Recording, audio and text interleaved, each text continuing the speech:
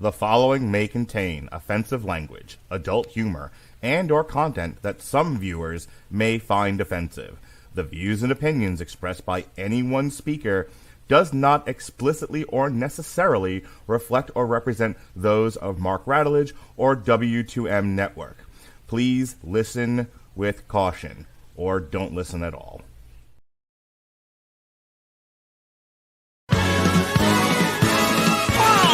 There'll be spectacle, there'll be fantasy, there'll be daring do and stuff like you would never see. Be a movie, yeah, we're gonna be a movie, Starring everybody and me. There'll be heroes bold, there'll be comedy, and a lot of fuss that ends for us real happily. Be a movie, we can watch it all develop, starring everybody and me. We'll take the world and set it on its ear. Come on, join in. We're gonna start right here. And we are going to start right here. Hello, and welcome to Triple Feature, a Radulich and Broadcasting premiere podcast. I'm your host, the mandated reporter, and frankly, I'm mortified, Mr. Mark Radulich. And much like Terry Funk, he retires because he's got a sick horse, but he always comes back. Ladies and gentlemen, he's the best there is, the best there was, the best there ever will be. He's the Heartbreak Kid, the eighth wonder of the world. What you gonna do? Don't trust anybody. The Rock says, Sean Comer. How do you do, sir? Number one, I was half waiting for you to call me Latino Heat for a second there. I could have done that bit for at least another minute or two. And number two, I'm positive you wrote that so you could specifically leave CM Punk out. I honestly didn't know I was even doing it until just now. You know what? Every time you go away and you come back, I always think about like the Eric Bischoff, I'm back and better than ever, but I don't have that loaded because we're 2 or 3 generations away from that soundboard. Well, I mean, if I may cut a quick little promo here,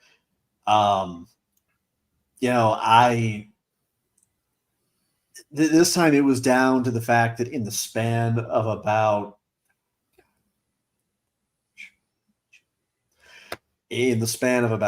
5 months, Anne and I kind of had our entire lives taken from us, just kind of one thing after another. This background is obviously not my actual home, although I do have I share sharing a nice downtown place in Kansas City with 2 of our closest friends. And in the span of that time, we both lost our jobs. Our car blew up on a near critical level. We're actually just getting it back tomorrow after having been without it since May. We had to kind of sink everything into relocating to Kansas City. So we have left meth planes, merciful fuck. Fuck that place entirely and especially. And we've just really had to start absolutely everything all over again from scratch. And the entire time it broke me down. I was telling people for a while there that I'm barely keeping a half step ahead of a nervous breakdown. Anne and I had to postpone our wedding indefinitely. Along the way, I also nearly lost my stepdad. It's been one thing after another. But the entire time, what kept me going sometimes was the fact that I missed doing things like this. And just getting to sit here on a scheduled basis with one of my closest, dearest friends in the world, the older brother that I never had. And just sit and forget about everything else for about an hour, 90 minutes at a time, so we can just talk about movies and TV and shit. I missed that so much that I had this day to look forward to where I can get back to our own private little Wayne's World. And it broke my heart having to miss the Pride Month shows in June. Those are some of my favorite shows of our entire year. And this is normalcy for me again. This is getting back to myself. This is getting back to something lighter, something that I can really kind of sink my teeth into, because now I realize, now that I had to go without it that long, just how absolutely much I missed it, how much I love it, and how much I will positively keep doing this as long as Mark wants to. And even then, even when he's done, I think I want to keep going with it after that, because I feel like if I can maybe make one person giggle for a little, whether it's a close friend or some complete stranger, then it was all worth it. Yeah. Well, I'm happy you're back too. This was actually, and it's fun that this is the one you're coming back to. I don't know like how much we planned it that way, but this was one that you had suggested. So I typically pick a lot of the triple features and Long Road to Ruins. I've kind of gotten to a place with the subject matter outside of Damn You Hollywood, which is ruled by the movie release schedule, and to a lesser degree TV Party. Stuff like On Trial, Long Road to Ruin, triple feature is very much like, what do I feel like doing? What do I want to talk about? You know, for a while there, it was also ruled by the movie release schedule, and it made me hate doing this. So now it's just whatever tickles my fancy that particular week, whatever. You know, I kind of look at I've gathered together a group of 10 to 12 people who I like to talk to and who seem to enjoy my company, and I go and I look at them and I go, what subject matter are they excited about that we can talk about? And so that's how I end up picking a lot of the subject matter. And in some cases, you guys come to me and you're like, hey, can we talk about this? And you said, can we talk about Mike Flanagan? And I remembered watching Midnight Mass, which was a Mike Flanagan miniseries on Netflix. And that was actually brought to my attention by Ben Cologne. And I keep doing this, by the way, because I recently just did that to Alexis, where she was like, we should have talked about this. I'm like, we'll throw it together with 2 more films and make a triple feature out of it. And then I look it up and I go, oh, it's a television series. I can't tell you how many times I've done that. So Ben Cologne was like, hey, when are we talking about Midnight Mass on Netflix? And I'm like, I don't know, throw it together with 2 other movies. We'll make a triple feature out of it.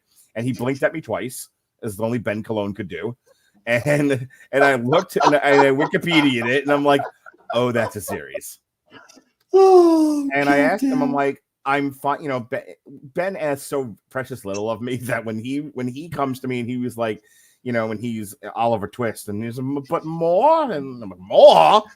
When Ben Cologne comes and asks for something, he gets it. He's on that right list of people. Hell yeah. Because he very rarely asks to do anything for one reason or another. So when he's got a bee in his bonnet, I'm willing to go with it. So I remember that podcast, especially for a couple of reasons. One, I didn't know what Midnight Mass was. I had to look it up.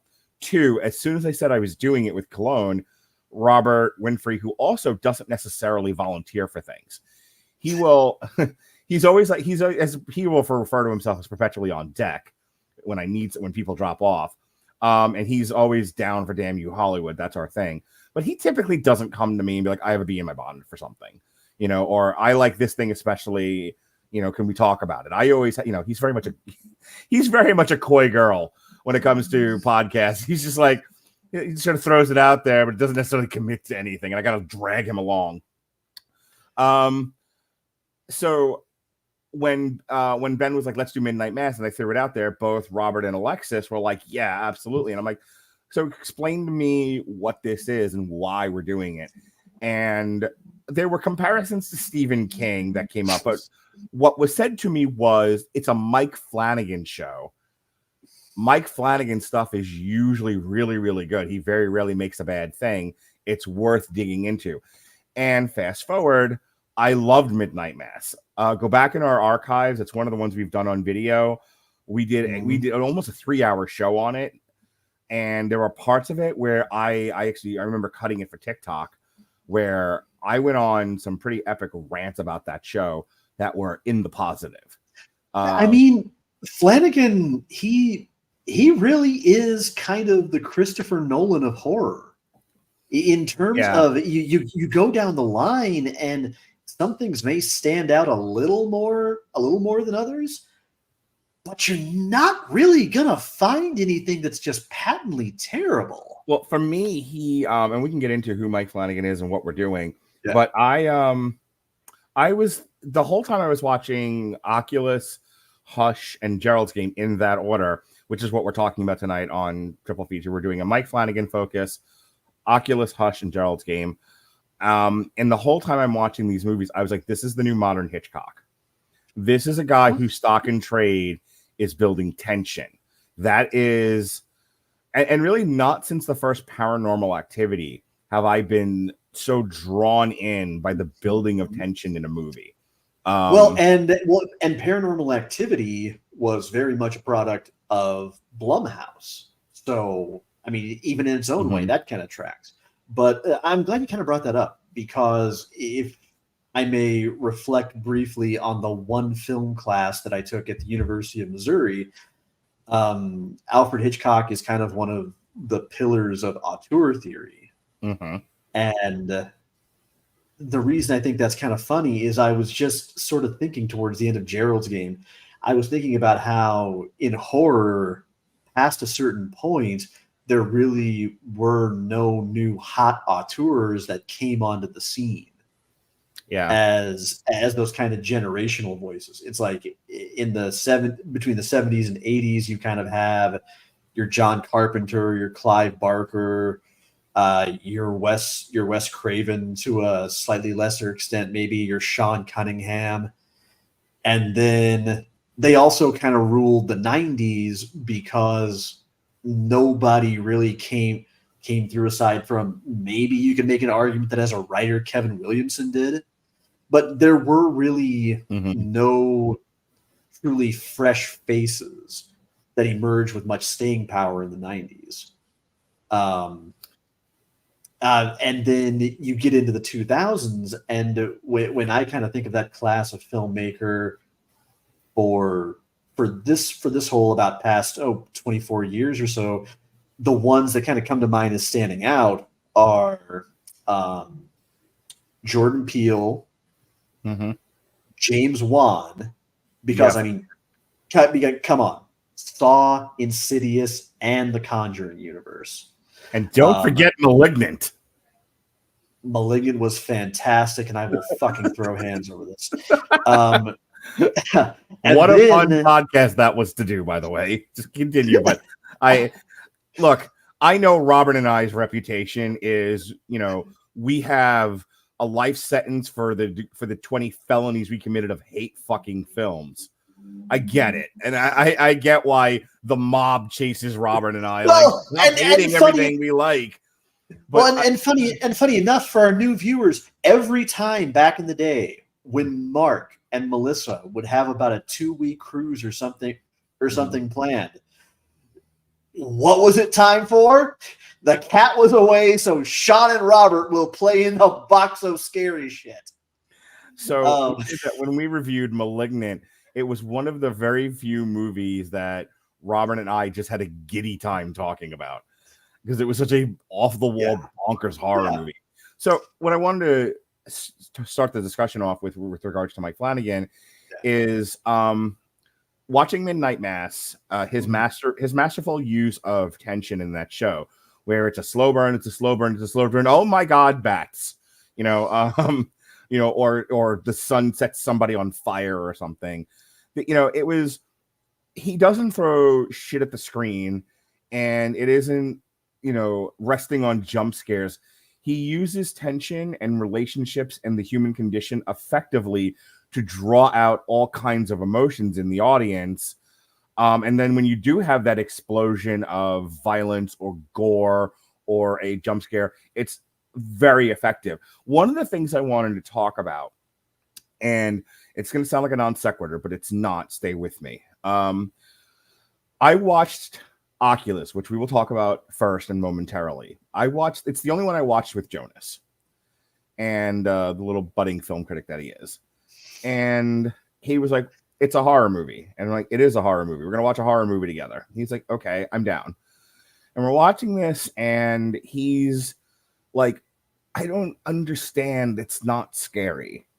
Isn't horror supposed to be scary? Which brought up a different conversation that we started to have, which was, he was like, Jaws isn't a horror movie. And I went, video rental stores would disagree. Go on. And he would go, and he goes, Jaws isn't scary. It's guys sailing around in a boat, and the shark attacks them. And I was explaining to him that horror isn't all haunted houses and dark crevices and things jumping out at you and yelling boo. I said, Jaws in many ways is a slasher movie. There's a monster. It's trying to kill you in a confined space. That's the structure of it. Here's the thing about horror. The monsters and the scary shit that you're focusing on is, for almost any horror movie, any good horror movie you could name, and even a lot of the bad ones, it's not that it in itself is terrifying. It's the way that it is built to subtly, without you even realizing it, play on something primal that starts scratching at the door in the back of your head, so which is designed to do that. So with the comparison I was giving him, when he was like arguing with me that Jaws isn't really a horror movie and he was struggling with Oculus, I was like, think about Psycho, a classic horror movie, a classic Hitchcock horror movie. And I said, it's not like scary in the modern sense that you're describing either. There, the most classic, most famous kill in Psycho is the shower scene, and you barely see anything. It's you're following the knife like a shark's fin. It's the idea of vulnerability. It's a vulnerability that we all experience. We all take showers. God, I hope, you stinky bastards. We are all naked in the shower, vulnerable, exposed. And not to scare the fuck out of people, but at any given time, someone could sneak up. It's loud in a shower because there's water going. Your senses are a little dulled. You also feel like, you're in your own home and you're safe, or you're, in the case of the Psycho, you're in a hotel.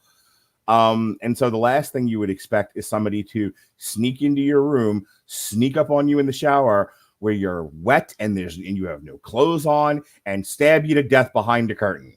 Behind a shower. and come at you with a pretty emphatically phallic object. Yeah. So that's what I was trying to tell him. I was like, it's horrifying because it's something we could all experience. It's horrifying because of the way that it's shot.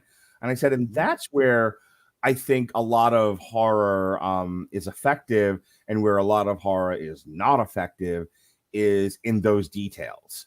There's a lot of lazy horror that rests on jump scares. There's a lot of lazy horror that rests on throwing gore at the screen.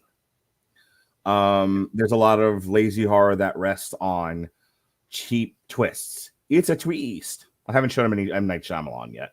Well, you mentioned Jonas, and what I think of is the fact that I of course am a father figure to a teenager myself, soon to be a 20-something. And I see what they really connect with as being scary and good horror. And it's usually, is it a hard day's work? Like it's creepypastas. That's all? Creepypastas, Five Nights at Freddy's. Oh, okay. Stuff like that, where I kind of fear that if this is what kids kind of find scary now, then the next generation of horror that's going to develop is going to lose so much of that precious kind of context that unassumingly makes everything so terrifying. And like you said, it is just going to be jump scares, gore for the sake of gore, monsters for the sake of monsters. I mean, I got news for you, kids. Yes, Godzilla's a giant lizard. Godzilla is also a symbol of of Japan's national conflict over the fallout from World War II. Even that has context. Yes. Yeah, I think it's an interesting point that you're making, and we're going to quick touch on it yet one more time, and then we're going to get into Oculus. Mm-hmm.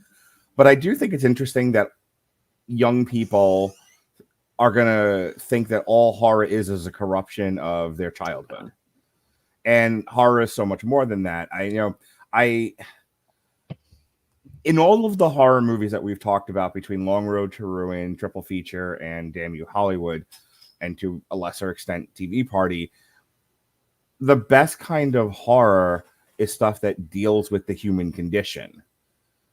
And I think that a lot of it deals with the human condition. Yeah. Well, I think, it's funny. I think one of the better shows that we ever did was when it was the best series of shows, because we did the Long Road to Ruin on the original Candyman series, and then Robert and I did the Damn You Hollywood on the Jordan Peele Mia Costa Candyman. And in both of those, we not only talked about the gore, and there is, the kills, and there is, the jump scares, and there is, but we talked about, over the course of 2 movies, the plight of the black man, the black experience in America, the legacy of slavery, racial profiling. What is it when you, the word I'm looking for here is where you take the poor area, you drive the poor people out of it, the rich people come in. Redlining? Yeah, there's another gentrification. Word. Gentrification. Yeah, thank you. And that's what I was looking for. Gentrification. That all came out of those 2 shows because it was all in those movies. So getting back to Mike Flanagan and then getting into Oculus, just where Mike Flanagan, I think, has built his legacy is remembering that horror can be subtle. Horror can play with the deep recesses of your psychological makeup, and some of the best kinds of horrors are the ones that make you question your own sanity, your own surroundings. As somebody who, throughout his youth and some of his adulthood, experienced night terrors, thinking there's somebody in the house with you is scary as fuck. Where your logical brain can separate and go, there's nobody in the house with me, you're 45 years old, Gollum isn't going to bite you. Okay? Especially the Gollum from the Lord of the Rings, Rankin and Bass cartoon. But like I said, the idea of, people in these horror movies and their surroundings are betraying them, their whole brain is betraying them, that is scary as fuck. It's scarier than, a zombie chasing you with a chainsaw, believe it or not. All right. So speaking of zombies chasing you with chainsaws, Oculus. Oh, actually, real quick. So just as a point of order, and then we can get into it. Who is the Mike Flanagan, besides everything I just said? Is an American filmmaker best known for his horror work. Flanagan wrote, directed, and produced and edited the horror films Absentia, Oculus, Hush, Before I Wake, Ouija, Origin of Evil, Gerald's Game, and a movie that we did review on here, Dr. Sleep. Always forget he did Ouija. He created, wrote, and produced and served as a showrunner on the Netflix horror series The Haunting of Hill House, The Haunting of Bly Manor, Midnight Mass, which we also reviewed on here, The Midnight Club, which Alexis and Company did, Falls of the House of Usher, which Alexis and Company did, also directing and editing some episodes of each. Flanagan is married to actress Kate Siegel, who has been featured in most of his work since Oculus. They also wrote the screenplay for Hush together. Other frequent collaborators include Carla Gugino, Henry Thomas, Samantha Sloyan, Rahul Kohli, Bruce Greenwood, Zach Gilford, Michael Trucco, Annalise Basso, Lulu Wilson, Annabeth Gish, Kate Parker, and Alex Esso. So let's get into Oculus. Oculus is a 2013 American supernatural psychological horror film, written, edited, and directed by Mike Flanagan. It's based on the short film Oculus Chapter 3, The Man with the Plan. Sounds like a boys episode. It stars Karen Gillian, who you know from Guardians of the Galaxy and Jumanji, and Brenton Thwaites as 2 young adult siblings who are convinced that an antique mirror is responsible for the death and misfortune of their family had suffered. The film had its world premiere September 5th, 2013 at the 2013 Toronto International Film Festival and received wide theatrical release on April 11th, 2014. It received generally positive reviews from critics and was a box office success. Yeah, this thing was made for $1.50. And I absolutely shit you all not. WWE Studios has a production credit on this. Yeah, Jonas and I were just like, wouldn't it be funny if, like, as soon as you saw the WWE thing come up, I was just like, watch John Cena come in there and, Brock Lesnar give someone an F5. Yeah, just fucking, GTF's the fucking mirror. Anyway, this was made on a budget of $5 million. It made $44 million. That's a certified hit. So I'm not going to read the plot. The plot is basically there's a mirror, there's a family. The brother is just getting out of a psychiatric hospital. The sister is a success of some degree. She's engaged. What draws them two together is she has gotten a hold of an old mirror that used to belong to her father. The movie goes back and forth between the present and the past. It's them as kids dealing with this mirror for the first time. It's them as adults. And Karen Gillan's whole thing is, I'm going to prove this mirror is evil. It's a doorway to hell. It possesses people and makes them do things. It tricks their mind. It's the reason my father is dead. It's the reason my mother is dead. It's the reason my brother got taken off to a psych ward. None of these people were in their right mind when this happened. It's the mirror's fault. And so we get to see the mirror come into the home, into the dad's office, and we slowly get to see this whole family descend into madness, which results in the mother being chained to the wall and eventually killed. It results in what looks to be the son shooting the father and then being carried away to the psychiatric hospital. In present day, the son, the brother and the sister lock themselves in the house with the mirror and record everything and set up a series of alarms and video and computers. And what we see over the course of the movie is an unreliable narrator aspect where we really don't know if these people are losing their minds or if it's really the mirror. And it all comes to a head where the sister has set up a contraption to break the mirror when this is all said and done.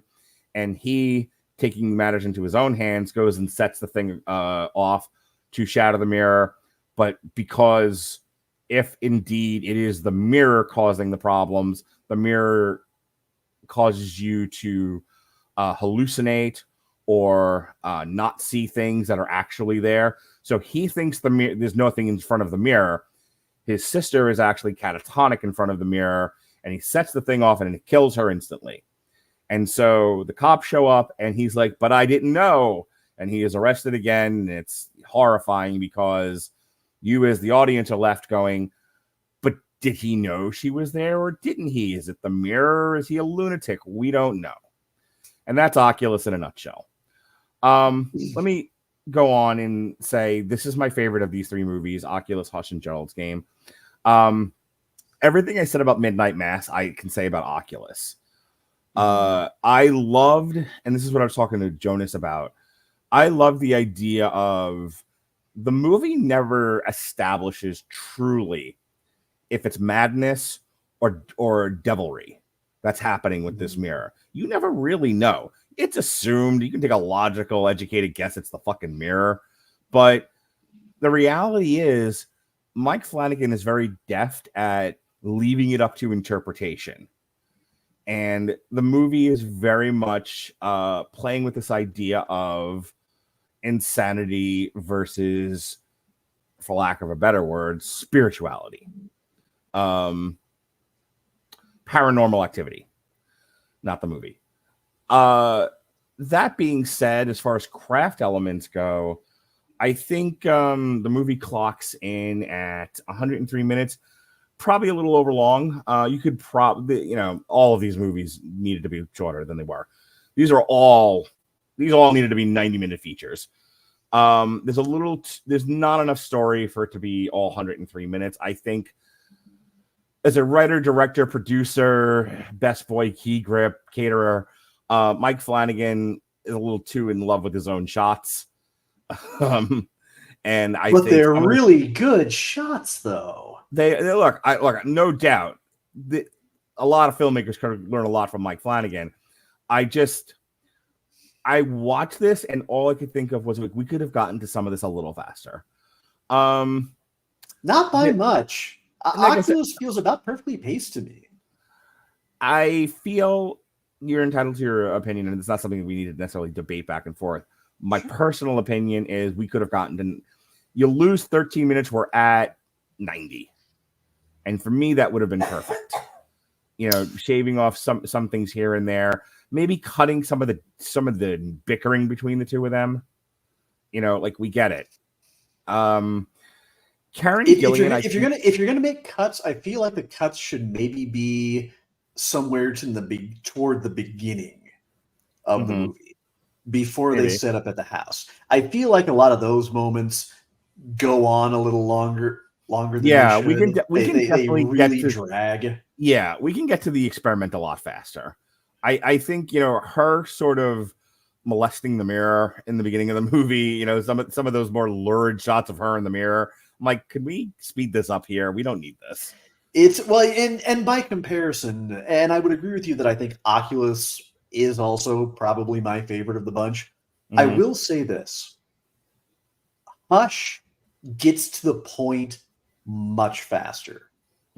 Gerald's Game doesn't do it quite as well as Hush, but still arguably does it better than Oculus. We'll get to Gerald's Game, but I actually think Gerald's Game gets to the point a lot faster than both movies. And it's about the only thing I liked about Gerald's Game, but we'll get there. Okay. The only thing I want to say about Oculus, and then I can give it to you for your craft analysis. I think it's very effective horror.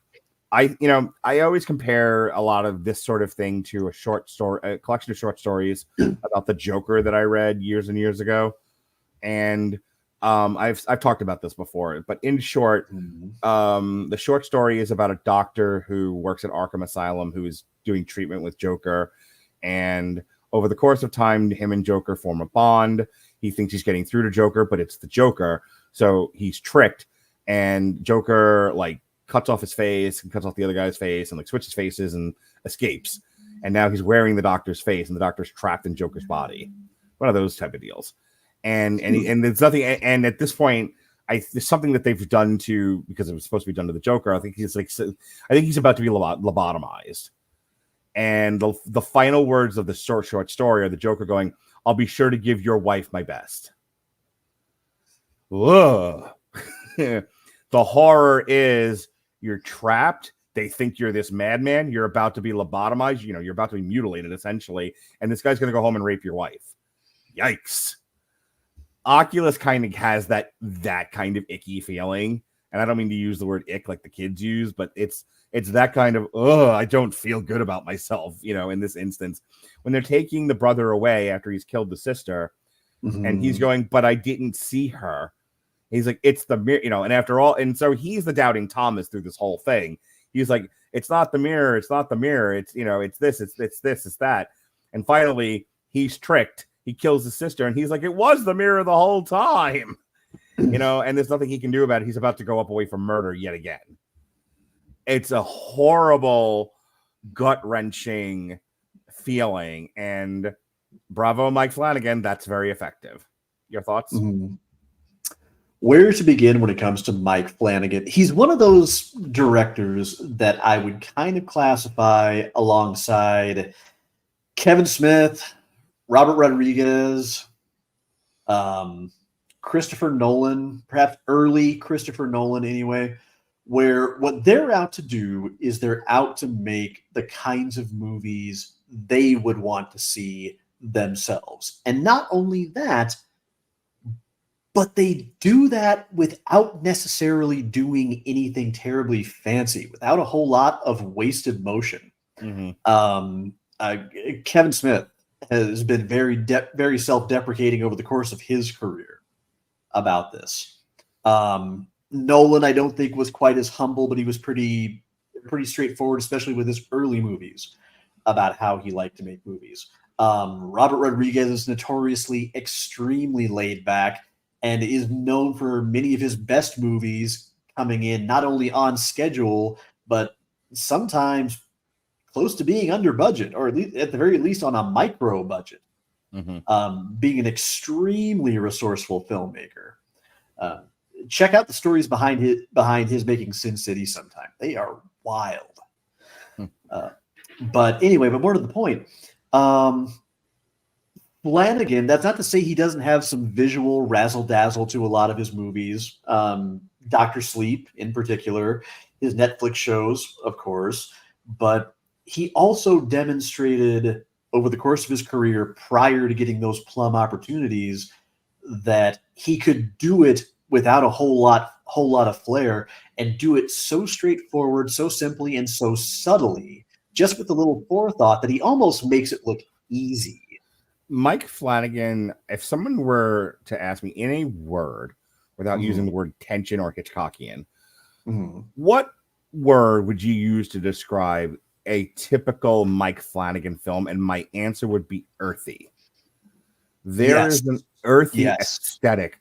If there's three things that, besides it's Mike Flanagan and it's horror, there's three things that there's a unifying thread between Oculus, Hush, and Gerald's Game. It is the use of nature and especially wood. When you think about and I don't want to get too far into the other films, but I have to talk about them to make this point, and then we probably should move on to Hush. If you look at the beautiful, earthy craftsmanship of that mirror, it is a gorgeous thing to behold. And really the whole color paleting of Oculus is earthy and wooden. There's a lot of earth tones going on. You look at Hush. Hush is a wooden cabin deep in the woods. There's an earthiness to that. It's like she's, especially that beginning sequence where she's cooking, almost like they're not. I wouldn't call them lurid the way I some of the shots of Karen Gillan in the mirror were, but there are. I'm not entirely sure what word I'm looking for here, but there's the shot of her cooking the meat and chopping the onions and everything, all of her accoutrement there for cooking, that earthy attention to detail. And then you have Gerald's Game, the posts on that bed, one, gorgeous wood carvings, but also so much attention to detail with the shots of her raking the cuffs against them, the sound they make when she has the hallucination of her pulling the bed apart and all of that. There's some good sound design. There's good prop design in these movies, set design. I mean, there's a great, and Midnight Mass was the same thing. Like those wooden church pews and a lot of the setting aesthetic. Very Hill House. Yeah. You know what? I think you just kind of gave me an idea. The three words that I would use to describe almost any Mike Flanagan project across the board: earthy, vulnerable, trauma. Yeah. Well, for sure. Definitely trauma. Look what this whole movie is about. Is thematically, there's layers to it. There's layers of musing on gaslighting, on the nature of trauma and how it can ultimately pollute your future, and do it quietly without your ever seeing anything amiss. Whether after a while, what you even think happened at all. Right. Whether you really experienced everything the way you think, especially as other people are making you doubt your own experiences and casting their own doubts on you. My dad was notoriously a virtuoso at this. Over the course of our now almost non-existent relationship. And here you're confronted with that, painted with this supernatural palette that truly manages to sink you right into these characters' heads. So much so that while they're questioning what really happened and didn't happen to them growing up, you're wondering if anything you're seeing is really happening. And you're watching this trauma that's been festering over the course of years, just tearing them apart at the seams all night long until the division is pretty much permanent. I want And to not share. every. Sorry, I want to share something really. Sure. I want to share something really personal, really Sure, go quick. ahead. It's I'm 50 words or less. I've Sure. had guns pulled on me. I had a gun pulled on me. I've had a knife or two pulled on me. Mhm. I've been lost in a big city and didn't know my way home and had to walk. I've wandered into ghettos. I've worked in ghettos. I have been in scary situations. But nothing was as scary as a recent time, very recently, that I got high on gummies, and the gummies were really, really strong. And I was hallucinating, and I didn't know what was real and what wasn't. Not only that, Oh, man. I have portions of that night that I don't know if happened or not. Like there were Mark, I'm blocks. so sorry, man. Yeah, there were blocks of time that I don't know if I did what I think I did. So, and that to me, the point that I'm trying to make is the scariest thing I've ever experienced in my life was not knowing what was real and what wasn't. And that's the kind of thing that Mike Flanagan plays with in all three of these movies. And that's what makes them effective. I'm going to give you the last word on Oculus, and then we're going to move on to Hush. Yeah, sure.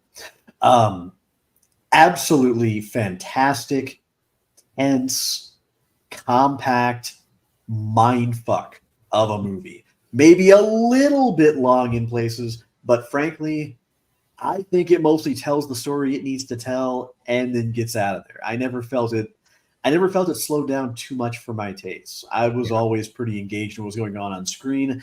There are Whovians who would have my head for this. I think that's Karen Gillian's finest work to date.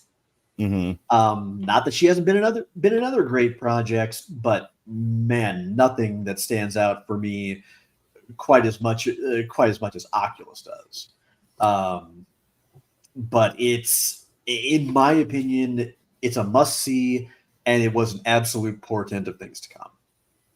Yeah, if we weren't doing a 3-film review, and you're like, just watch these 3 and then pick the one you like the best, I could have done an entire on trial on Oculus by itself. But we are here to talk about 3 different films, so let's move on to Hush. Hush is a 2016 American slasher film directed and edited by Mike Flanagan and starring Kate Siegel, who also co-wrote with the film with Flanagan. The film co-stars John Gallagher Jr., Michael Tricco, Samantha Sloyan, and Amelia Emma Graves. It was jointly produced by Trevor Macy through Intrepid Pictures and Jason Blumhouse through Blumhouse Productions. It had its world premiere at South by Southwest on March 12, 2016, and was released by Netflix and currently not streaming anywhere. For now. On April 8th, 2016. It received positive reviews from critics who praised the performances and atmosphere. The film has been remade twice in India, one as a Hindi language film, and again as the Tamil language film, which I'm not pronouncing because no. Both remakes were directed by Chikri Talide. Midnight Mass, a miniseries based on the Hush story within a story of the same name. Yeah, that was a really funny thing to say. Also created and directed by Flanagan and starring Siegel, who was released on Netflix on September 24th, 2021. The budget was $1 million. Again, it was a Netflix movie, so there was no money to be had. So we have a deaf-mute horror author, Maddie Young, and she lost the ability to hear and speak after contracting bacterial meningitis at the age of 13. The disease caused hearing loss and temporary vocal cord paresis, which became permanent after unsuccessful surgery. So she's out in the woods in a home, and she's trying to finish her book, and she's struggling with the ending, and she lives alone. She's got some neighbors who come and check on her, but seems to have experienced some degree of relationship trauma previously. But the basis of the story is the following. Not too long after we're introduced to these characters, someone comes to her home, kills her friend, and basically says, I'm going to get inside your house at some point. It's just a matter of time. There's no one, I've cut the power. I got your phone. You're mine to play with until I decide I'm bored and get this over with. And so for a large portion of the movie, it's a home invasion story. I was getting a lot of Purge vibes. It's you're in the house, I'm outside the house, I want to get in the house and kill you. Okay? And she's deaf and she's mute and she has no phone and she has no power. And so it's just her versus this, it's this dainty woman versus a big, strong man. That's the struggle. About 2/3 of the way through, the girl who got killed at the beginning of the movie's boyfriend comes a knocking, and him and the guy, and it's revealed prior to that, that the guy trying to break into her home, I think, is like an ex-boyfriend of some degree, of some description. He's pissed for a variety of reasons. And so him and the neighbor guy have an interaction that ends in a fight, that ends in a death. At some point, she is able to get a crossbow. And then there's this extended sequence of, I have very few options to get out of this alive. And what the movie does, very similar to Gerald's Game, very similar to Oculus, but less so, is it starts playing with, is this real or not? And the way that Hush does it is she starts playing out scenarios in her mind that we don't know are in her mind until after they've concluded. So in one scenario, she makes a run for it, and the big, strong man catches the dainty woman and bashes her head in. I think there's one or two more iterations of her trying to think her way through things and it not working out before she finally figures out what to do. Again, very similar to Gerald's Game. She eventually wins and she saves herself and she beats the big, strong man, and eventually the cops come and lobster. So I think Hush is a very well-made movie. I think the use of atmosphere is by far the star of this movie. The color paletting is interesting. It's a lot of grays and shades of black and earth tones. They're making effective use of the woodsy setting to draw out that like feeling of isolation. Again, horror being, what are the things that make us afraid? Oh, I said before, being alone in your house. What if your house is in the fucking woods? And all that's left. And it is such an interesting thing to me because, if I may, we live in a time where, and I'm going to be very plain about this, but not in the way that you think. We seem to forget that men are men and women are women and that we're different. And so a man and woman of equal size, the man is still stronger. That's biology. We're built that way. We have denser bones, stronger muscles, et cetera, et cetera. And so in a physical fight, 99 out of 100 times, all things being equal, the man is going to be able to enforce himself upon the woman. That's just the way it is, unfortunately. That's biology. And the movie acknowledges that and absolutely plays with it because it's part of the horror. The horror of Hush, aside from the fact that she has a lack of senses, a lack of reaching out, is that she can't physically fight this guy. She's, and the movie makes very much effective use of the gender differences, that he is a big, strong man, she is a dainty woman, and he is forcing himself on her every opportunity. She has to outthink him. She can't outmuscle him. When she tries to, she dies. That's part of the movie. So what you're saying we have here is we have an earthy palette. We have the trauma of having one of one's five senses entirely stripped away. Well, two. Yeah, two actually. Correction, two senses stripped away, and the terror and tension of vulnerability. Yes, I want to say this very clearly. Men and women have a tenuous relationship with each other at best. And ask a woman, underneath the surface, I mean, a lot of trust has to go into a relationship between a man and a woman. Without trust, you have nothing. And the trust, the assumption, that your guy isn't going to kill you at any given time is huge. Mm-hmm. And when that trust is broken, that's the horror.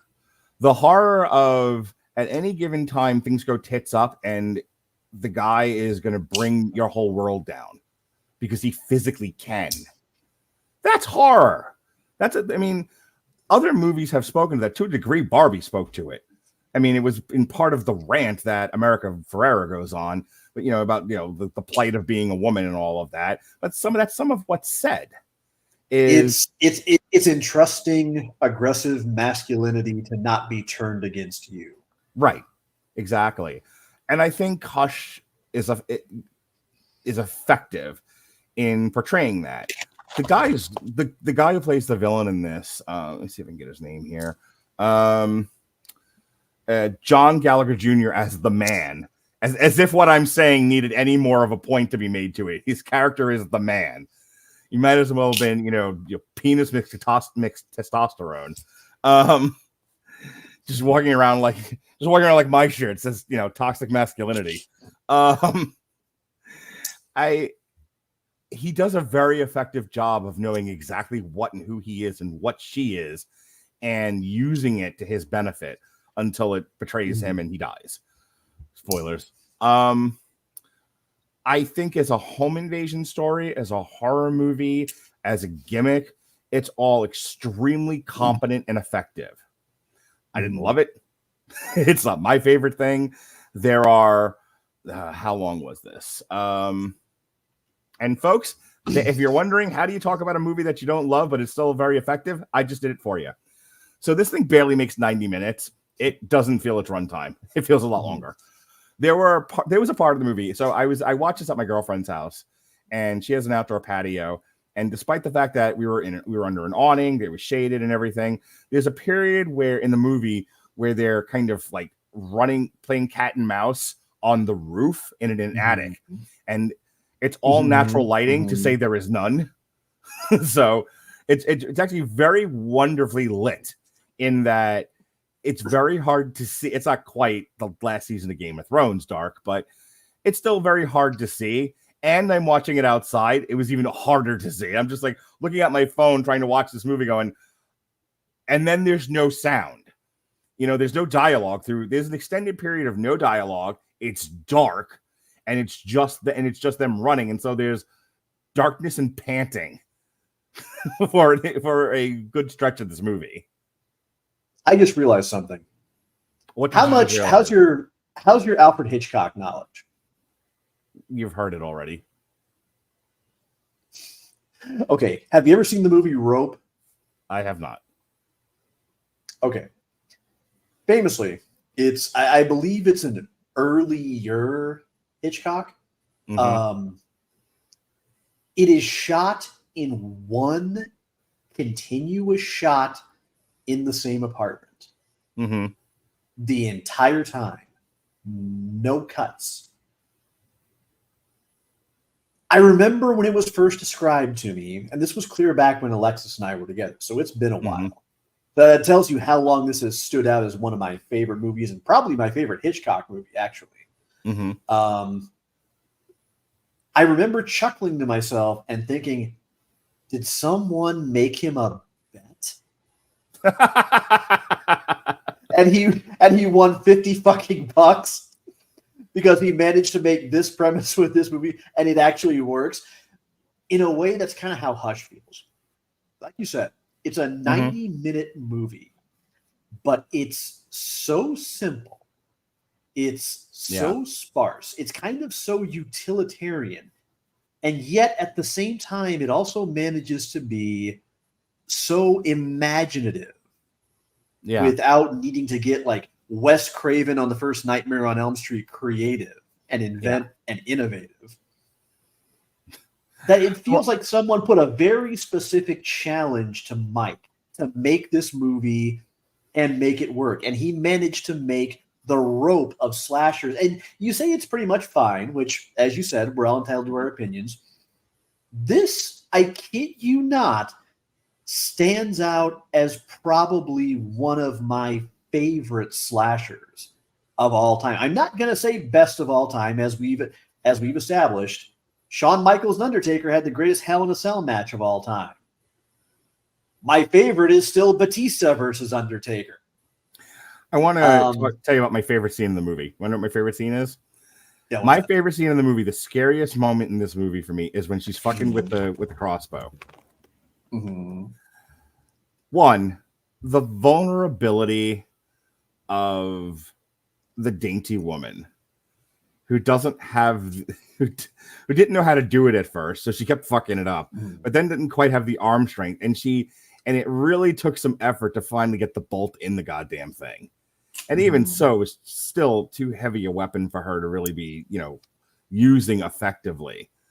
That's bold, especially in the year of our Lord when this comes out, 16, where, women get it done, girls get it done. Everything that a man can do, a woman can do better and faster and harder and higher. In a world where we insist that every woman be Captain Marvel, and you ruin the Rings of Power show by doing so. Here's a movie that goes, no, this is what would happen. This is a woman, the average woman, fucking with a crossbow, hurting herself, trying to get a bolt in there. And I say it's my favorite scene, not just for those reasons, but because in 100 zillion movies that we've all seen, someone is trying to load a weapon fast before the monster gets them. And they can't get it done because they're trying to do it fast, and the shit is slippery, and they're fucking it up, and their hands are shaking, and they run out of time, and lobster, they die. They couldn't get it done fast enough. And sometimes they do it in the ta-da nick of time. We see this constantly. And here, the guy is like trying to get into the attic and trying to get at her, and and he sees her, and there's this moment of her unable to load the crossbow,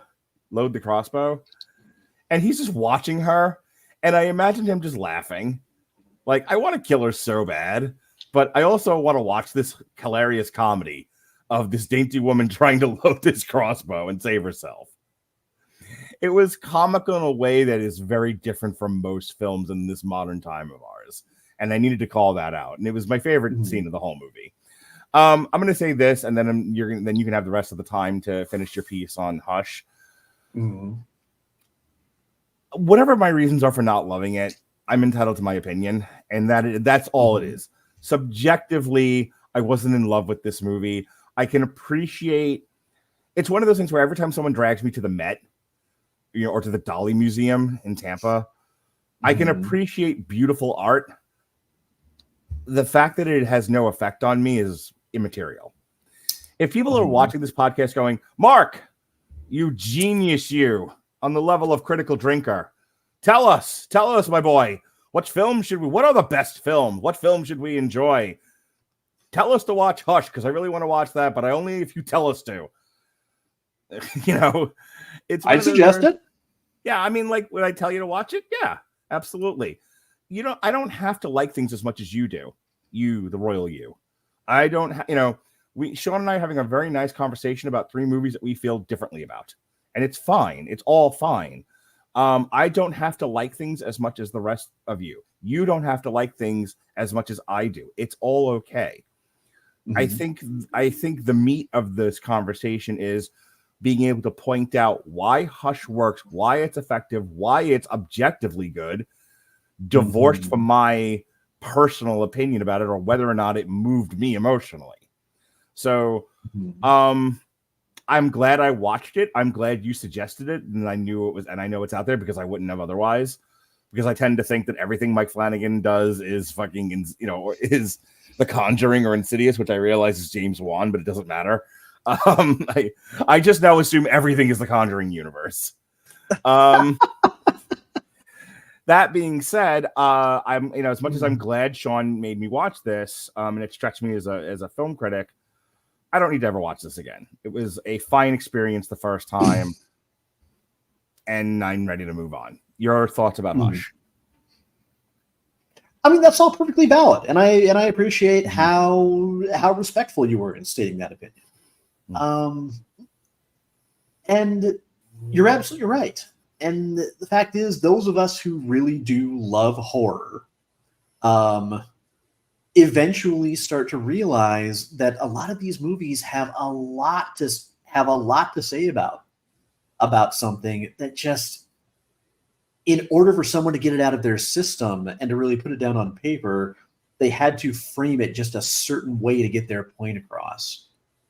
And it takes tremendous understanding and psychological acumen to understand how to do that in such a way that it's going to reach others and maybe feel the pain, the fear that you're fearing yourself. Mm-hmm. When it comes to one of my favorite parts of Oculus, just to very briefly just kind of give that as an example, is the fact that threaded into all the other themes, you have this very relatable story of watching a family member deteriorate mentally before your very eyes. It's taken to an extreme, of course, but at the same time, often you're struggling with how to justify what you're seeing, and sometimes to explain it away and kind of clothe yourself in your own denial of what's really going on, to the point that when it's all said and done, you're not even really you really aren't sure yourself. Mm-hmm. And in the case of Hush, you have something many people can relate to, and that is having some degree or another of your own physical constitution limited or taken away from you. It's obviously, in my case, not as severe as hearing loss, but every time I look down at my chest, I see the crater where around a third of my pectoral muscles used to be, and realize that muscle is never coming back. I have a tattoo that kind of permanently destroyed in its own symbolic way. So you're really weaving both the relatable internal elements and relatable experiences into supernatural stories that are really grasping you on levels that you're not ready for. I like to say that I started out as a horror fan, but then I discovered the channel Dead Meat on YouTube, and listening to James H. Anise and his lovely wife Chelsea sharing their appreciation for where these movies come from artistically really turned me into someone who not only wants to enjoy these movies, but to learn more about them, dig a little deeper, and truly appreciate them. And Mike Flanagan kind of dresses his movies that way, and really constructs them in such a way that you don't even realize until they're done just kind of what they resonated with. Mm-hmm. So okay. All right, so let's get into our third movie here, Gerald's Game. Oy vey. I told Robert I didn't love Gerald's Game, and he did the "you uncultured swine, you boob," and pretty adamantly refused to watch it. So what happened was, this afternoon when I got back from grocery shopping, I took my phone and my headphones down to the apartment gym and got on the treadmill for a little bit. Yeah, I don't blame you. It's funny. So before I get into this, real quick, I'm going to double back on this, but the movie, the premise of this movie is a guy chains his wife to the bed because they are doing BDSM stuff, and he dies on top of her in the process of all of this. And then it's, how does this woman who trusted this man who is now stuck on this bed, how does she get off of it? And the whole thing happens.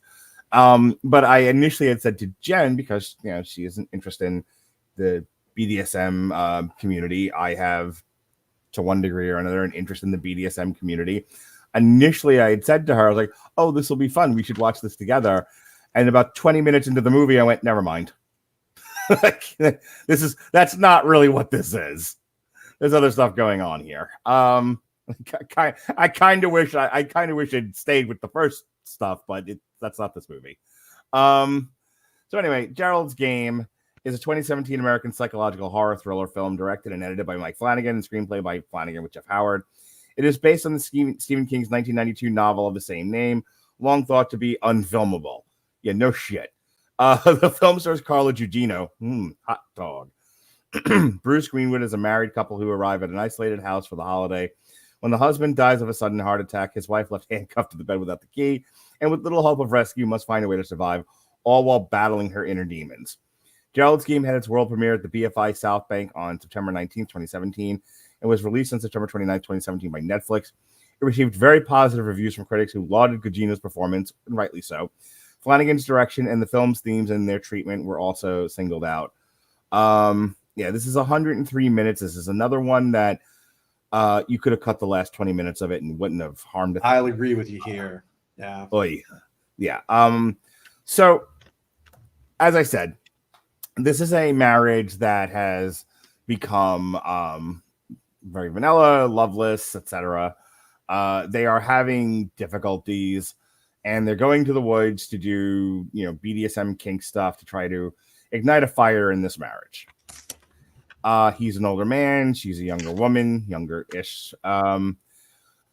They get there, and he's doing a bit of role play, and she's trying to go along with it, but clearly she's a little more vanilla than all of that. Mind you, she's also, like I said, chained to this bed to where you have to understand how this is all working. These are real cuffs. They make a point of saying that these are like legit law enforcement handcuffs, so they will not break. She can't pull them apart. She's not She-Hulk. The post that they're on, the way that the bedposts are designed, the cuffs are too small to go up over a part of this bedpost. The key is in the bathroom, and she can't bring her arms close enough together to do anything. She is splayed out like fucking, like she's on the cross. So he's role playing. She's not into it. They kind of get in a fight. He pushes it. He's taken Viagra. He's an older guy with a heart condition. He dies, but he dies on top of her. So the first thing she has to do is get him off of her, and he, like a sack of potatoes, falls on the floor. There was a dog at the beginning of this movie who she was feeding Kobe beef to. The dog comes in, sees the dead body, begins to feast. She starts to hallucinate, seeing her dead husband. She's also hallucinating, seeing a more put together version of herself. There are flashbacks to when she was molested in a way by her father. There's scenes of the father and the pregnant mother not getting along. There's a discussion of how the father handled the molestation after the fact, which was basically to gaslight her into saying, don't talk about this. There's somebody roaming around that gets into the house that has, I think it's pronounced Grigla, something or other. The same condition Andre the Giant had. And Big Show. Yeah. Giantism. It's a colloquial term. She eventually is able to, what she does, spoilers, she breaks a water glass, which makes her hand slick with blood, which she's then able to slide out of the cuffs. She gets the key. She's able to uncuff herself. And that should have been the end of the movie.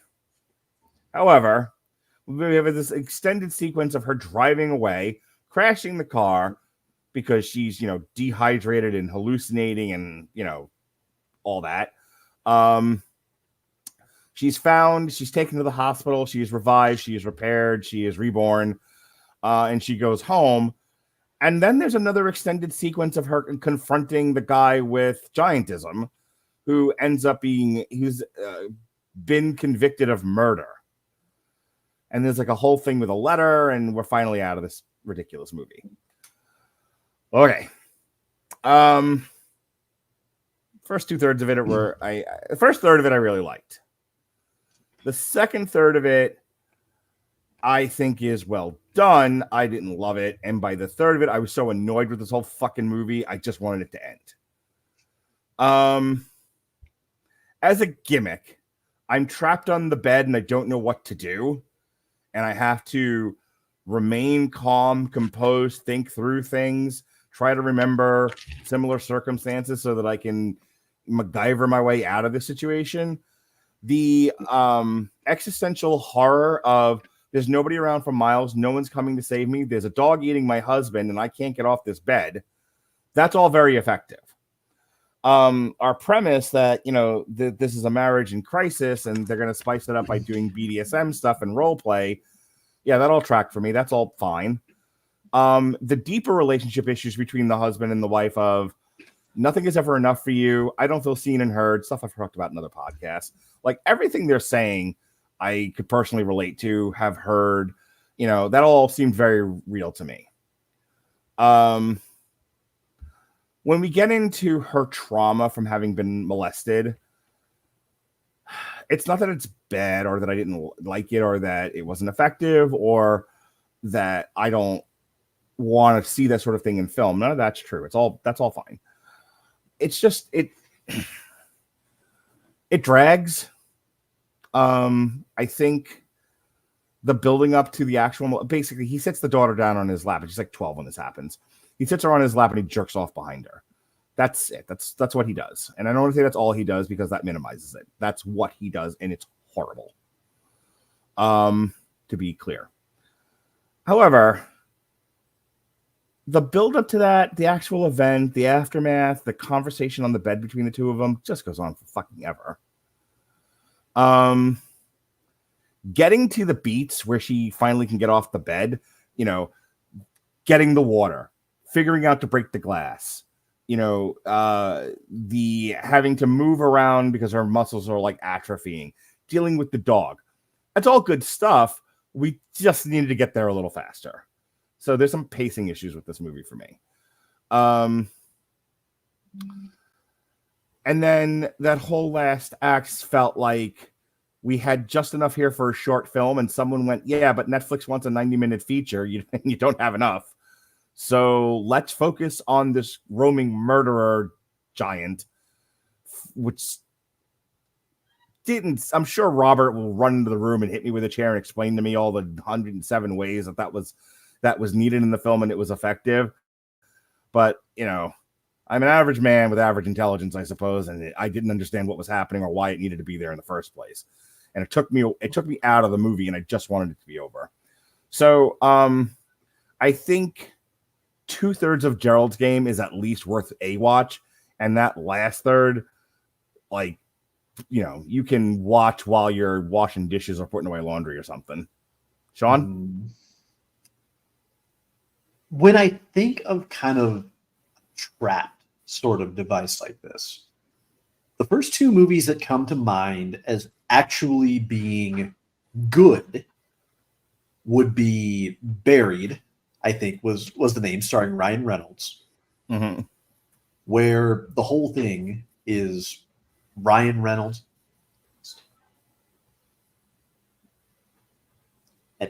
I'm sorry, hang on one second.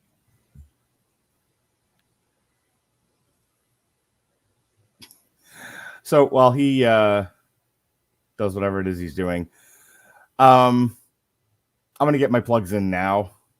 Nope, he's back. I don't have to do plugs. Yeah, I'm Howard, one of my roommates to give me kind of the wrap it up signal. So yeah, that's okay. I'm sure I'm getting the wrap it up signal from my roommate too. So